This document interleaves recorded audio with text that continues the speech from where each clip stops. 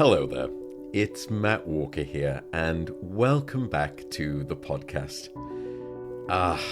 The wonderful art and skill of napping. Well, actually, there's no art involved really. It's all about rigorous science and the science of napping, at least on this show and at least with this episode. Previously on the podcast, I've spoken about the basics of naps. I've spoken about their origin, some of their functions, and also some of the dangers of napping. And that's dangers in parentheses in terms of dangers for certain people. And if you want to listen to that episode, it is number 7 on this podcast show. But today, we're going to focus on a different question. Indeed, an even more basic and fundamental question: how to nap, and specifically, for how long should you nap in the afternoon if you're going to nap at all? And as a structure, in this episode, we're going to walk through a number of steps. First, we will briefly recap the basics of naps. And then second, we're going to start examining exactly how long should you nap. In other words, it's almost like a drug study where we develop what's called a dose-response curve. And the dose here, of course, is the duration of the nap, and the response is the benefit for your brain and also some of the potential downsides. And I do want to mention some of the downsides because it's a big part of this equation of how we think optimal naps can be designed. So in other words, there is a cost-benefit ratio. And we will walk through that dose-response curve. We will start with a low dose, in other words, a short nap, and then we will go up, and then we will go up and up in nap length, continuing to look at that cost-benefit curve. Does that make some sense? Again, I ask as if I am expecting the microphone to give me an answer. And then third, we will finally finish with a synopsis, some take-homes. By the way, I love the word synopsis. Isn't it a wonderful sounding word? Well, as always, on this podcast, would you indulge me in offering you some background as to its origin, its etymology? Synopsis actually comes from the late Latin term that was, in fact, a conversion of the original Greek words of syn, S-Y-N, meaning together, and opsis, meaning seeing. And when we put them together, it is a full, a whole, or a seen together view of a particular topic. A synopsis. How marvelous is that? Anyway, let's come back to our story and let's start with the basics of napping and defining what we mean when we talk about napping. A nap is generally a deliberate, but sometimes not, short period of sleep, and for most of us we think of naps as things that are occurring during the day. In other words, naps would be defined as sleep outside of our typical nighttime rest window. And as you will have heard in episode 7, there are plentiful benefits both for brain and for body by way of naps. But there is also a specific challenge, and that challenge is something that we call sleep inertia. And you know sleep inertia. It is that groggy, disoriented feeling upon awakening. And sleep inertia, I suppose you could almost think of it like a sleep hangover, as it were, but I think I'm taking that analogy too far there. But sleep inertia is a case almost as though your brain is still in partial sleep mode. And as a result, you don't feel as though, from a brain perspective, that you're quite operating at optimal speed. It's almost like an old car engine, a classic car engine, where it just needs time to get up to operating temperature and firing on all cylinders. Always with the car analogies, Matthew, such as my flagrant motorsport obsession. But coming back to sleep inertia, that grogginess, that sort of sleep hangover, I guess I'll still keep calling it that, usually lasts for somewhere between 15 to 60 minutes, depending on lots of different factors. And sometimes sleep inertia after a daytime nap can be even worse or more potent than after you wake from a full night of sleep. And in a little while, I'll tell you exactly why that's the case. In part, it depends on the stage of sleep from which you wake. But let's come back to the cost-benefit relationship. In terms of the benefit, for most people who are napping, their main goal is to get a benefit to their brain. And what they're looking for there is really a benefit to their basic alertness and their focus and their concentration, as well as perhaps some improvements in their productivity, as well as their problem solving. So it's those benefits in these studies that we're going to focus on today. A sponsor of today's show is Inside Tracker, which is a service that comes out to your home, and they will analyze your blood and your DNA to know precisely what is going on inside of you. Hence the name, Inside Tracker. They look at your blood, your metabolic signals, your hormonal health metrics, and then they give you a personalized, actionable set of lifestyle changes in response to that readout. And the goal there is to improve your health. I was looking and informed they have some new cardiovascular and new hormonal biomarkers that I'm particularly interested in. One that I'm focused on is something called ApoB, which is an absolutely critical heart health measure. And I get it done now with them somewhere between 4 to 6 times a year. Why? Well, my family unfortunately has a strong history of cardiovascular disease, so I am checking that pretty ruthlessly. And by the way, I do buy the product myself out of pocket. I don't want to fall prey to any of those trappings and undue incentives. Although with full admission, I still use my own discount code that you can use to get some money off. And that code for you is insidetracker.com/Matt Walker. So just go over to insidetracker.com/Matt Walker. And again, if you want to get that discount, it is insidetracker.com/Matt Walker. Thanks very much.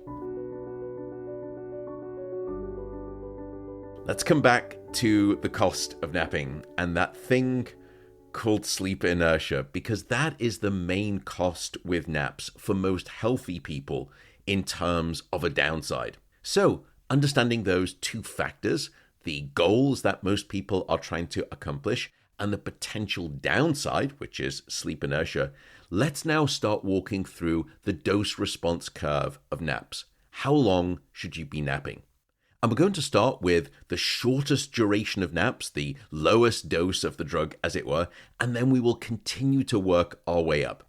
Well, believe it or not, if you look across all of these studies, the shortest nap duration, at least with enough data across multiple studies for us to have some meaningful conclusions, starts at only 5 minutes. So this would be considered an ultra-short power nap, as it were. So let's start with the good news. Naps of 5 minutes or less don't show any real evidence of that villain, as it were, of sleep inertia. However, such micro naps or micro short naps sadly offer very little in terms of systematic cognitive brain performance benefits. So in other words, no sleep hangover after 5-minute naps, which is great, but equally no significant return on your 5-minute nap investment. Now, again, we're talking about on average across individuals, across studies. I know for some people that seems to help a little bit, but we don't see that systematically when we conduct the science. Now, let's increase the dose and dial it up to 10 minutes. Taking a 10-minute nap offers more promise in terms of a benefit. And there is now a comprehensive set of data showing enhancements following a 10-minute nap across various brain functions. And for the most part, these are rather rudimentary brain benefits. In other words, you see improved response times or improved reaction times, as well as an improved ability for sustained attention or sustained concentration.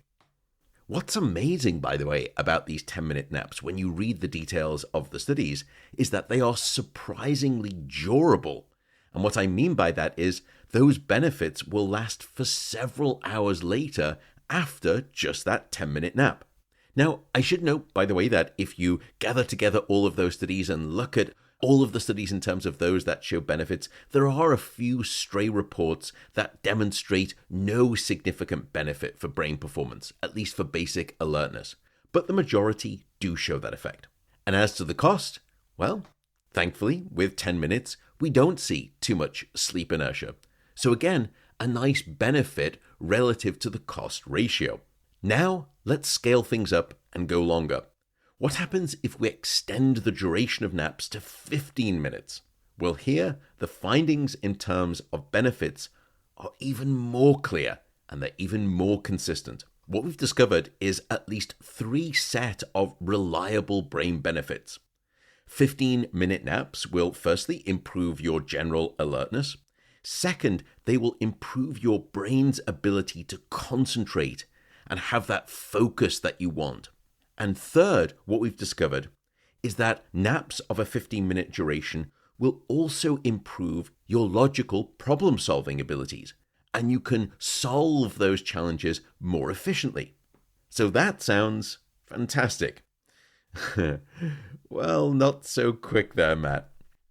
The only slight downside is that after a 15-minute nap, now we do start to see that creeping appearance of sleep inertia. But here's the good news. That sleep inertia after a 15-minute nap dissipates very quickly. And after that sleep inertia dissipates and dissolves away, it is replaced by those wonderful brain-enhancing benefits. That's when they start to unfurl. And once again, they will last for several hours later. Next, when we go up to a 20-minute nap length, we see even more impressive improvements in terms of your alertness and more complex cognitive abilities, things such as aspects of your learning as well as your memory function. But as with most of biology, you typically don't get a free lunch. And as you would imagine, the sleep inertia that you will experience after a 20-minute nap is a little bit stronger than that after a 15-minute nap. And what I mean by stronger is that it just takes a little longer to start to fade away. But don't worry, it's still largely short-lived. In fact, after a 20-minute nap, we've discovered that that sleep inertia period, that sort of engine starting to get warm and get up to operating temperature, is evaporated within 15 minutes. So after a 20-minute nap, all you have to go through is just that 15 minutes of sleep inertia. And then after that, you have many more hours of rejuvenated brain function.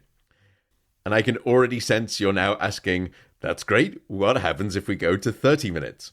Well, now the cost-reward balance shifts a little bit, but it remains favorable if you're patient.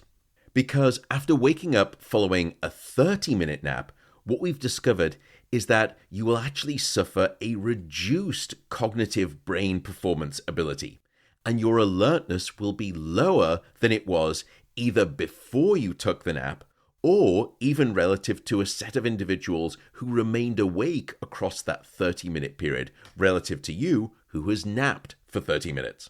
But again, don't get disheartened, because what we found is that following a 30-minute nap, it takes around 35 minutes for that sleep inertia to fade away.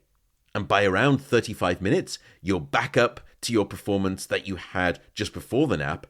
And then afterwards, that's when you get those major sort of almost nootropic brain benefits, which again last for several hours later. And in fact, those benefits, by the way, aren't just for basic levels of response time or concentration or focus. They even extend beyond aspects of learning and memory and problem solving. They also provide something called a boost in your cognitive flexibility. So that describes how your brain is able to juggle and deal and mentally comprehend vast sets of information. It's one of our unique human traits, and you get that really nice benefit following a 30-minute nap. And finally, what about going longer than 30 minutes? Well, if we increase nap duration to 45 minutes or then 60 minutes, those benefits continue to scale and they last for an even longer duration of time. The only downside is that it comes with an equivalent cost. The sleep inertia will stick around for longer. In other words, it will feel more severe. So it will take your brain a longer duration of time to get up to that operating temperature and then reveal the benefits relative to something like a 30-minute or especially a 20-minute nap. Now, at the start of the episode, I mentioned that sleep inertia after a nap, particularly a longer nap, can be even worse than the sleep inertia that some of us feel when we first wake up after a complete night of sleep, which would be, let's say, somewhere between 7 to 9 hours relative to a 45-minute nap. Why is that? That doesn't seem to make sense. This podcast is supported by Athletic Greens, which is now known as AG1. AG1 is a comprehensive nutritional drink that contains countless key health components. Actually, let me stop there. I say countless, but I actually know the company. I know how the product is made. And I believe at last count, it's over 75 different vitamins, minerals, probiotics, prebiotics, and other whole food nutrient sources. I do drink AG1 every day for the record. And also for the record, I buy my own supply because of all of the obvious integrity trappings that come with the free product. I know the company well, I know how the product is made, and I genuinely trust in their manufacturing. They are registered and approved by the Therapeutic Goods Administration.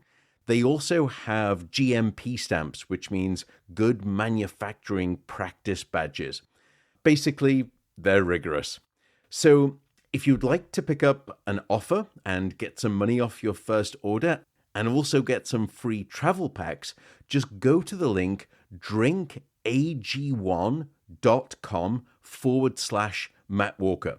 So that's drinkag1.com/Matt Walker. And you will get some money off your purchase. So again, last time, that is drinkag1.com/Matt Walker. In truth, I do also use my own link to try and get some money off. I do buy it myself, but I do use the link to get that code money off too. And you can use that link as well. Thanks very much. Well, I'm rather glad that you asked that question because we've discovered a scientific answer. If you remember all the way back to the very first episode of the show, episode 1, that episode was called What is Sleep? And there I described your sleep cycle, which starts with light non-REM sleep and then goes down into deep non-REM sleep. And then after a while, it will go up into REM sleep or dream sleep. And thereafter, you repeat this non-REM to REM cycle across the night. On average, although it varies quite significantly from one person to the next, I also noted that the non-REM to REM cycle in us human beings is about 90 minutes in length. So after first falling asleep, you'll go into light non-REM sleep. By the way, don't get confused by that term quote-unquote light non-REM sleep, meaning that it is bad sleep. Many people assume that light non-REM sleep is not good sleep, or it serves no purpose. Just so you know, not all light non-REM sleep is non-functional sleep, or in other words, shallow sleep in the sense of being bad. But let me come back to our story and explaining exactly why you feel sleep inertia after napping. If you look at that non-REM to REM cycle, after about 20 minutes or so after falling asleep for the average adult, your brain transitions from that lighter stage of non-REM sleep and starts to go deeper. It starts to drop into deep non-REM sleep, or what we call non-REM slow wave sleep. And non-REM slow-wave sleep, or deep sleep, is the type of brainwave activity pattern that is furthest away from your waking brain activity. And this fact that your brain will, on average-ish, move into deep non-REM sleep after around 20 minutes or so offers you the answer to the question of sleep inertia after longer naps. Because once your naps go beyond around 20 minutes in duration on average, that's when you start to likely run into the risk of going into deep non-REM slow-wave sleep. And if you try to wake up from deep non-REM sleep, that's when you get hit with heavy sleep inertia. And I think probably some of us, maybe many of us, have experienced this. Let's say that you go to bed at night normally, and depending on what time you go to bed, let's say you get a phone call at midnight or 1 a.m. in the morning. That's when you're going to be hit with this strong sleep inertia. Why?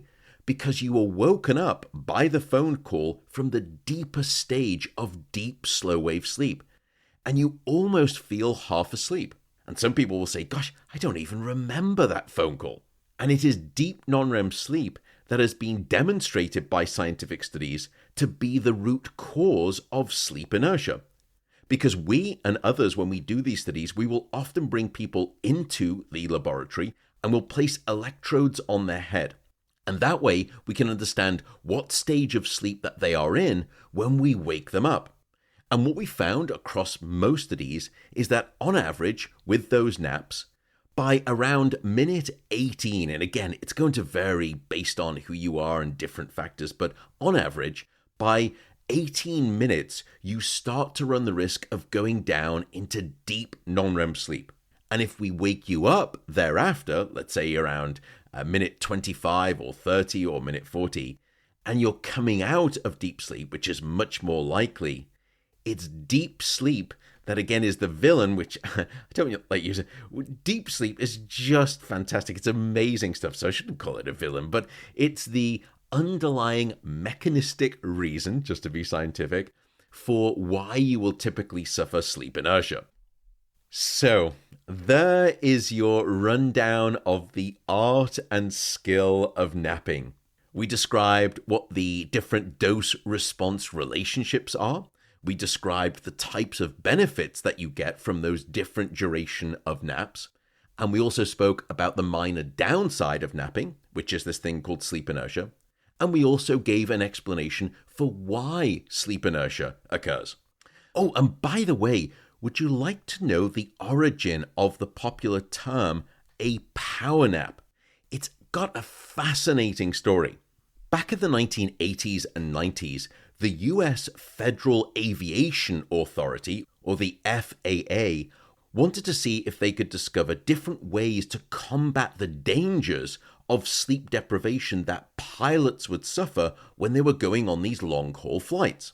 And those dangers, by the way, are non-trivial because it's in those later stages of the long-haul flights, when that sleep deprivation is most severe, that we see 60% of all catastrophic plane crashes, or what are technically called hull losses during the landing phase. And of course, it's during the landing phase at the end of the long-haul flights when pilots are going to be suffering the heaviest burden of sleep deprivation. So the FAA turned to two sleep researchers, Dr. David Dingers and Dr. Mark Rosekind, for help.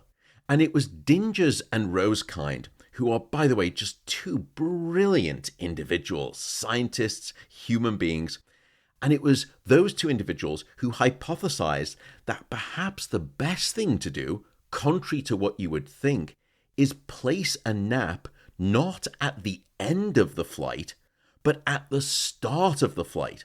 In other words, at the start of the upcoming sleep deprivation period. And their reasoning was that that sleep period at the beginning would act like a temporary buffer, offering greater upcoming immunity against the onslaught of later sleep deprivation. So it's a little bit like building up a credit at a bank to offset the size and the severity of an incoming debt. And here, the incoming debt is the known debt that will happen by way of sleep deprivation.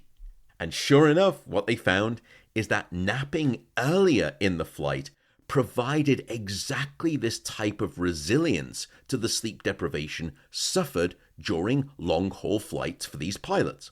And when Dinges and Rosekind were reporting their findings to the FAA, they suggested developing a term called prophylactic naps.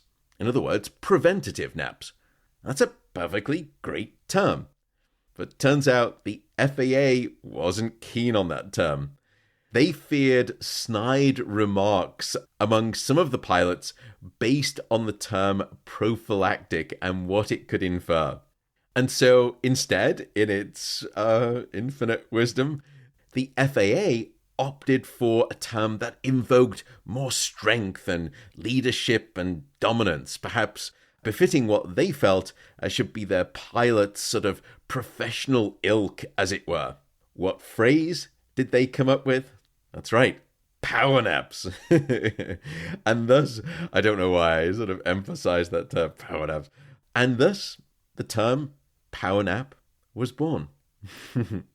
And with that uncharacteristically brash ending, I will bid you farewell, take care, and bye for now.